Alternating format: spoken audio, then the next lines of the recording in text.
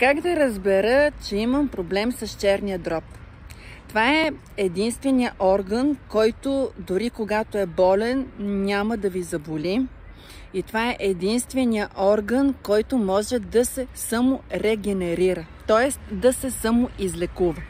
Важното е да го хванете на време и важното е да няма последствия върху черния дроб. Какви са основните признаци, поради които ще познаете, че имате проблем с черния дроб?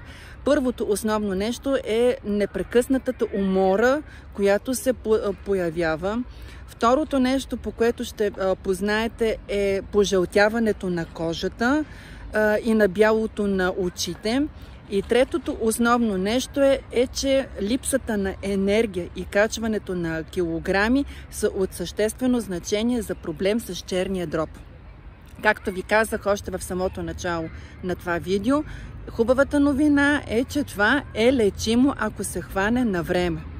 Така, как се лекува черния дроб? Първо основно нещо е спиране на алкохола, спиране на стреса, доколкото е възможно, или неговото намаляване, намаляване на телесната маса, т.е. отслабване, и не на последно място това е диетата. Спирането на супермазната храна, на супер лошата храна, която съдържа много ета, ако има повече от 3, това се води супер лоша храна, и пиенето на повече вода.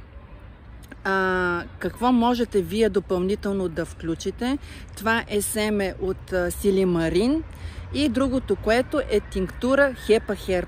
Тези два продукта, когато ги включите с диетата, за която споменах малко по-горе, искам да ви кажа, че имат уникални резултати и няма да се стига до по-сериозни неща, които да затормозят черния дроб.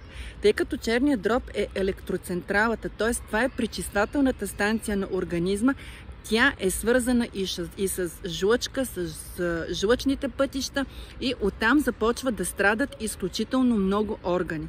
Затова колкото по-бързо вземете мерки, искам да ви кажа, че резултатите ви няма да закъснеят и здравето ще се върне във вашия живот. Това беше от мене. Обичам ви, прекрасен ден и до скоро!